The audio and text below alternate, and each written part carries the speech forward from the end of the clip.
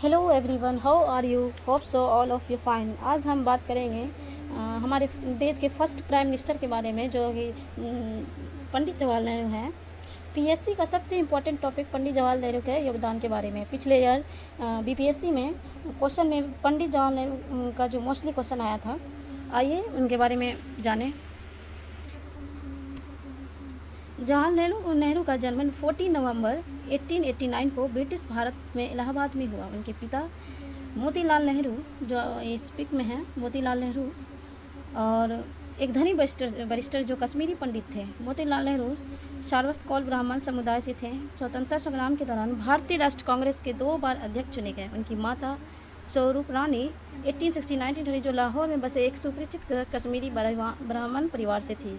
मोतीलाल की दूसरी पत्नी व पहली पत्नी की प्रसव के दौरान मृत्यु हो गई थी। जवाहरलाल 3 बच्चों में से सबसे बड़े थे। मोतीलाल नेहरू के जो है 3 बच्चे थे। जो जवाहरलाल नेहरू जो थे सबसे बड़े थे, और उनके बाद जो है 2 लड़की थी। लड़की में सबसे बड़ी विजया लक्ष्मी थी, जो फर्स्ट महिला अध्यक्ष बनी थी, फर्स्ट टाइम। और वो जो भारत की जो है पहली महिला अध्यक्ष बनी थी, विजया लक्ष्मी। जवाहरलाल नेहरू की जो बड़ी बहन थी और छोटी बहन कृष्णा हर सिंह एक उल्लेखनीय लेखिका बनी, और उन्होंने अपने परिवारजनों से संबंधित कई पुस्तकें लिखी। इस पिक में देख रहे हैं, ये जो है हमारे फर्स्ट प्राइम मिनिस्टर के पिता हैं मोतीलाल नेहरू, और ये उनकी माता हैं, और ये हमारे पंडित जवाहरलाल नेहरू। जवाहरलाल नेहरू दुनिया के कुछ बेहतरीन स्कूलों और विश्वविद्यालयों में शिक्षा प्राप्त की थी। उन्होंने अपनी स्कूली शिक्षा हैरो से और कॉलेज की शिक्षा ट्रिनिटी कॉलेज कैम्ब्रिज लंदन से पूरी की थी। इसके बाद उन्होंने अपनी लॉ की मतलब कि वकालत की डिग्री कैम्ब्रिज विश्वविद्यालय से पूरी की। इंग्लैंड में उन्होंने 7 साल व्यतीत किए, जिसमें वहाँ के फैबियन समाजवाद और आयरिश राष्ट्रवाद के लिए एक तर्कसंगत दृष्टिकोण विकसित किया।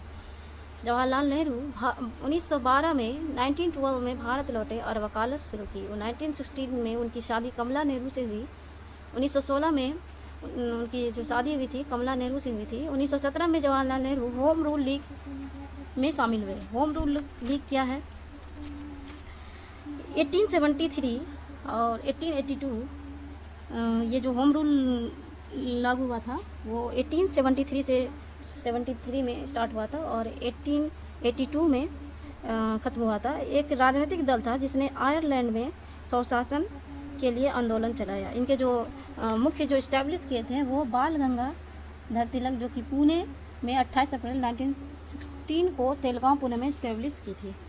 जी, इनका जो होम रूल लीग था वो डिटेल से आगे पढ़ेंगे। तो ये जो है होम रूल लीग, वो जो स्टार्टिंग जो है वो 1873 होम रूल लीग 1873 में स्टार्ट हुआ था और 1882 को इसका ये ख़त्म हुआ था होम रूल लीग। ठीक है, और आगे चलते हैं। राजनीति में असली दीक्षा के बाद उनकी जो मेन जो एंट्री जो हुआ था उनका जो राजनीतिक में, वो 2 ईयर बाद मतलब 1917 के बाद उन्होंने 1919 में पहला जो एंट्री मारी थी उन्होंने। और फिर उनका कांटेक्ट हुआ था महात्मा गांधी जी से 1919 में। उस समय महात्मा गांधी ने रॉलेट अधिनियम के खिलाफ अभियान शुरू किया था। रॉलेट अधिनियम जो है, रॉलेट एक्ट को काला कानून भी कहा जाता है। यह 18 मार्च 1919 को भारत की ब्रिटिश सरकार द्वारा भारत में उभर रहे नेशनल आंदोलन के कुचलने के उद्देश्य से निर्मित कानून था। यह कानून सर सिडनी रॉलेट की अध्यक्षता वाली सेडिशन समिति को सिफारिशों के आधार पर बनाया गया था। तो रॉलेट अधिनियम आप जान गए हैं क्या है। नेहरू महात्मा गांधी के सक्रिय लेकिन शांतिपूर्ण सविनय अवज्ञा आंदोलन के प्रति खासे आकर्षित हुए। सविनय अवज्ञा आंदोलन जो है वो स्टार्टिंग हुआ था 1920 में, और 1922 में इनका जो है ये आंदोलन खत्म हुआ था। और इनका जो है ये असहयोग आंदोलन में सक्रिय हिस्सा लिया और दौरान पहली बार गिरफ्तार किए। और ये जैसे ही वो सविनय अवज्ञा आंदोलन में जब ये इंटरेस्ट लिए थे तो इनको गिरफ्तार भी किया गया था इस दौरान नेहरू जी को। नेहरू ने महात्मा गांधी के उपदेश के अनुसार अपने परिवार को भी ढाल लिया। जब वो महात्मा गांधी के लाइफ में एंट्री किए तो वो जो है महात्मा गांधी के रूप रंग में, जैसे वो खाकी कपड़ा पहनते थे, तो वो भी उन्होंने भी खाकी कपड़ा, पश्चिमी कपड़ा और महंगी संपत्ति को त्याग कर दिया। और एक खादी कुर्ता और गांधी टोपी पहनने लगे। जवाहरलाल नेहरू ने 1922 में इस असहयोग आंदोलन में सक्रिय हिस्सा लिया। इस दौरान पहली बार गिरफ्तार किए। कुछ महीनों के बाद उन्हें रिहा कर जवाहरलाल नेहरू 1924 में इलाहाबाद नगर निगम के अध्यक्ष चुने गए और उन्होंने शहर के मुख्य कार्यकारी अधिकारी के रूप में 2 वर्ष तक सेवा की।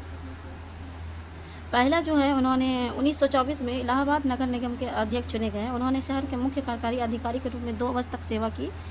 नगर निगम के जो अध्यक्ष चुने गए वो 2 वर्ष तक उन्होंने उसमें रहे थे। उसके बाद उन्होंने 1926 में उन्होंने ब्रिटिश अधिकारियों से सहयोग की कमी का हवाला देकर त्यागपत्र दे दिया। फिर 1926 में उन्होंने त्यागपत्र दे दिया। 1926 से 1928 तक जवाहरलाल नेहरू ने अखिल भारतीय कांग्रेस समिति के महासचिव के रूप में सेवा की। फिर उन्होंने भारतीय कांग्रेस समिति के महासचिव में एंट्री दी। 1928 से 1929 में कांग्रेस के वार्षिक सत्र का आयोजन मोतीलाल नेहरू की अध्यक्षता में किया गया। उस सत्र में जवाहरलाल नेहरू और सुभाष चंद्र बोस ने पूरी राजनीतिक स्वतंत्रता की मांग का समर्थन किया, जबकि मोतीलाल नेहरू और अन्य नेताओं ने ब्रिटिश साम्राज्य के भीतर ही प्रभुत्व संपन्न राज्य का दर्जा पाने की मांग का समर्थन किया।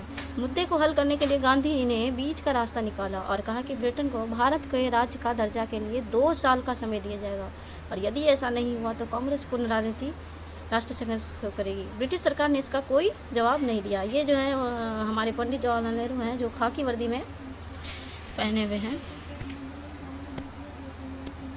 फिर दिसंबर 1929 में कांग्रेस का वार्षिक अधिवेशन लाहौर में आयोजित किया गया, जिसमें जवाहरलाल नेहरू कांग्रेस पार्टी के अध्यक्ष चुने गए। 1929 में वो कांग्रेस के अध्यक्ष चुने गए। इसी सत्र के दौरान एक प्रस्ताव भी पारित किया जिसमें उन्होंने स्वराज की मांग की। 26 जनवरी 1930 को लाहौर में जवाहरलाल नेहरू ने स्वतंत्र भारत का झंडा फहराया। फर्स्ट टाइम उन्होंने 1930 को भारत का झंडा फहराया था।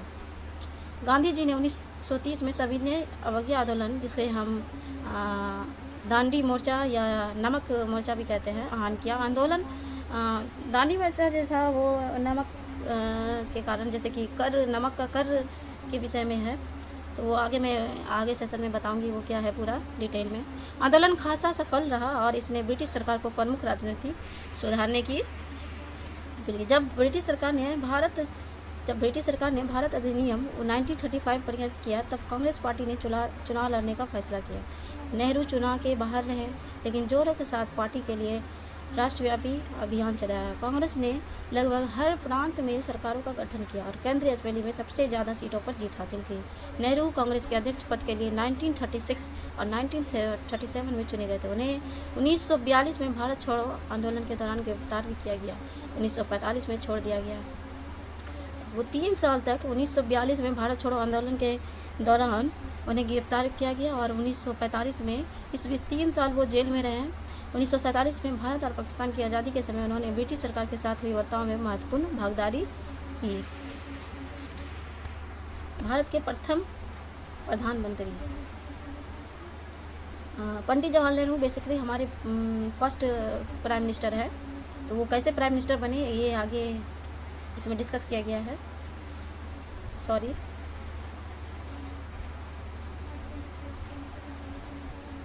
सन 1947 में भारत को आज़ादी मिलने पर जब भावी प्रधानमंत्री के लिए सन 1947 में भारत को आज़ादी मिलने पर जब भावी प्रधानमंत्री के लिए कांग्रेस ने मतदान हुआ तो सरदार पटेल को सर्वाधिक मत मिले। इसके बाद सर्वाधिक मत आचार्य कृपलानी को मिले थे, किंतु गांधी जी के कहने पर सरदार पटेल और आचार्य ने अपना नाम वापस ले लिया और जवाहरलाल नेहरू को प्रधानमंत्री बनाया गया। जो है 1947 में मतलब कि 3 लोगों ने इसमें पार्टिसिपेट किया था, सरदार पटेल, आचार्य कृपलानी। तो और गांधी जी जो है वो जवाहरलाल नेहरू को निर्णय किया प्रधानमंत्री बनाने के लिए। 1947 में वे स्वतंत्र भारत के पहले प्रधानमंत्री बने। अंग्रेजों ने करीब 500 देसी रजवाड़ों को एक साथ स्वतंत्र किया था। 1947 में स्वतंत्र भारत के पहले प्रधानमंत्री बने। अंग्रेजों ने करीब 500 देसी रजवाड़ों को एक साथ स्वतंत्र किया था और उस समय सबसे बड़ी चुनौती थी उन्हें एक झंडे के नीचे लाना। उन्होंने भारत के पुनर्गठन के रास्ते में उभरी हर चुनौती का समझदारी पूर्वक सामना किया। जवाहरलाल नेहरू ने आधुनिक भारत के निर्माण में बहुत महत्वपूर्ण भूमिका अदा निभाई और इसी से बहुत सारे क्वेश्चन हमारे एग्ज़ाम में पूछे जाते हैं। उन्होंने योजना आयोग का गठन किया, विज्ञान और प्रौद्योगिकी हमारे टेक्निकल लाइन में भी नेहरू जी का बहुत योगदान है, विकास को प्रोत्साहित किया और 3 लगातार पंच परियोजनाओं में शुभारंभ किया। उनकी नीतियों के कारण कृषि और उद्योग का एक नया युग शुरू हुआ। नेहरू ने भारत की विदेशी नीति के विकास में एक प्रमुख भूमिका निभाई। जवाहरलाल नेहरू ने जेसीपी बिरोज टिटो और अब्दुल गमान नासिर के साथ मिलकर एशिया और अफ्रीका में उपनिवेश खात्मे के लिए एकजुट निरपेक्ष आंदोलन की रचना की। वह कोरियाई युद्ध का अंत करने, स्वेज नहर विवाद सुलझाने और कांगो समझौतों के मुद्दे जैसे अन्य समस्याओं को समाधान में मध्यस्थ की भूमिका में रहे। पश्चिम बर्लिन, लाओस के जैसे कि अन्य विस्फोटक मुद्दों के समाधान में पर्दे के पीछे रहकर भी उनका महत्वपूर्ण योगदान रहा। उन्हें वर्ष 1955 में भारत रत्न से सम्मानित किया गया। उन्होंने हमारे आधुनिक भारत के लिए बहुत सारे योगदान है उनका, चाहे वो टेक्निकल लाइन में हो, साइंस लाइन में हो या एग्रीकल्चर लाइन में हो। उन्होंने हर असंभव को संभव किया और उन्होंने बहुत सारे स्ट्रगल भी किए जो आज उन्होंने आधुनिक भारत को किया। लेकिन नेहरू पाकिस्तान और चीन के साथ भारत के संबंधों में सुधार नहीं कर पाए। पाकिस्तान के साथ एक समझौते तक पहुंचने में कश्मीर मुद्दा और चीन के साथ मित्रता में सीमा विवाद रास्ते के पत्थर साबित हुए। 1962 में चीन ने धोखे से आक्रमण कर दिया। नेहरू के लिए यह एक बड़ा झटका था और शायद किंचित भी उनकी चिंतित भी उनकी मौत भी इसी कारण हुई। 27 मई 1964 को जवाहरलाल नेहरू का दिल का दौरा पड़ा जिसमें उनकी मृत्यु हो गई। 27 मई 1964 को। तो ऐसा मतलब उन्होंने इस देश को छोड़ा, मतलब कि इस देश से उन्होंने 27 मई 1964 को अलविदा कहा क्योंकि दिल का दौरा आ गया था। चीन ने जो है धोखे से आक्रमण किया था जिसके वजह से बहुत सारे घटनाएं हुई थी, इसी कारण उनका दिल का दौरा पड़ा था। तो समस्त राजनीतिक विवादों से दूर नेहरू जी निसंदेह एक उत्तम लेखक थे। वो जब जेल में हुआ करते थे वो एक बुक्स भी लिखा करते थे, बहुत सारे बुक लिखे हैं उन्होंने। तो मोस्टली जो है 3 साल 2 साल 1942 और 1943 को जब वो जेल में रहे, उन्होंने ज़्यादातर 3 साल 4 साल उन्होंने जेल में व्यतीत किए हैं। तो इस दौरान उन्होंने बहुत सारे बुक भी लिखे हैं, जो एक बहुत लेखक भी थे। वो समस्त राजनीतिक विवादों से दूर नेहरू जी निसंदेह एक उत्तम लेखक थे। राजनीतिक क्षेत्र में लोकमान्य तिलक के बाद जमकर लिखने वाले नेताओं में भी अलग से पहचाने जाते हैं। दोनों का क्षेत्र अलग है परंतु दोनों के लेखन में पर्याप्त मात्रा में विद्यमान है। नेहरू जी स्वभाव से ही स्वाध्यायी थे। उन्होंने महान ग्रंथों का अध्ययन किया था। सभी राजनीतिक उद्देश्यों के बावजूद वे रोज ही समय निकाल दिया करते थे। उनके द्वारा रोज रचित पुस्तकें भी एक अध्ययन पुष्टि व्यक्ति की रचना होने की सजा प्रतीत कराती थी और उनके बुक्स वगैरह भी बहुत है। बस इंदिरा गांधी का काल्पनिक पत्र लिखने के बहाने उन्होंने विश्व इतिहास का अध्याय लिख डाला। ये पत्र वास्तव में कभी भेजे नहीं गए परंतु विश्व इतिहास की झलक जैसे सहज संप्रोज तथा रिसर्च की तैयारी हुई। भारत की खोज डिस्कवरी ऑफ इंडिया ने लोकप्रियता के अलग प्रतिमान रचे हैं जिस पर आधारित भारत एक खोज के नाम से एक उत्तम धारावाहिक का निर्माण हुआ। उनकी आत्मकथा कहानी मेरी कहानी एंड ऑटोबायोग्राफी के बारे में सुकृत मनीषी का मानना है कि उनकी आत्मकथा जिसमें आत्मकरुणा या नैतिक जरा भी प्रमाणित करने की चेष्टा की है, बिना उनके जीवन संघर्ष की कहानी वर्णित की गई है, जो हमारे युग की सबसे अधिक उल्लेखनीय पुस्तकों में से एक है। और ये रहा उनके पुस्तक प्रकाशित पुस्तकें। पिता के पुत्री के नाम 1942 में उन्होंने ये लिखा था। फिर विश्व इतिहास की झलक, ये भी मतलब इनके 2 पार्ट है जो कि वर्ल्ड हिस्ट्री के बारे में इन्होंने लिखा था 1933 में। मेरी कहानी उन्होंने जेल में रहकर ये लिखा था 1945 में। आपको बता दें 1942 में वो जेल गए थे और 1945 में रिहा हो गए थे। उस दौरान उन्होंने भारत की खोज हिंदुस्तान की कहानी डिस्कवर किया था, डिस्कवरी ऑफ इंडिया लिखी थी। राजनीति से दूर इतिहास के महापुरुष राष्ट्रपिता जवाहरलाल नेहरू, ये जो है 11 पार्ट में है। तो ये एक हिस्ट्री का बुक्स वगैरह है जो उन्होंने उम्मीद किया आप समझ गए होंगे उनके जितने भी हैं डिटेल कब उन्होंने प्रधानमंत्री कब बने, कब उन्होंने पढ़ाई कहाँ से की है और राजनीतिक में कब उन्होंने एंट्री मारी। तो यहाँ जो है फर्स्ट उन्होंने राजनीतिक में 1912 में भारत लौटे और वकालत शुरू की। 1916 में उनकी शादी हुई। 47 में सॉरी 1917 में यहाँ से उनका शादी और पॉलिटिक्स से राजनीति में उनको ऐसा पिक्चर 1990 में जब फर्स्ट टाइम महात्मा गांधी के संपर्क में आए अभियान शुरू किए। 1912 में 1916 में शादी की। 1917 में लाइक हाउ काफी हो गए। 1919 से उनका रियल जर्नी स्टार्ट हुआ पॉलिटिक्स के लिए। फिर उन्होंने 1949 सरोवर ले लेंगे। फिर 1924 जब वो नगर में इलाहाबाद के नगर के अध्यक्ष चुने गए। 1926 से 1928 तक भारतीय कांग्रेस समिति के महासचिव रहे। उन्होंने 1973 के बाद उन्होंने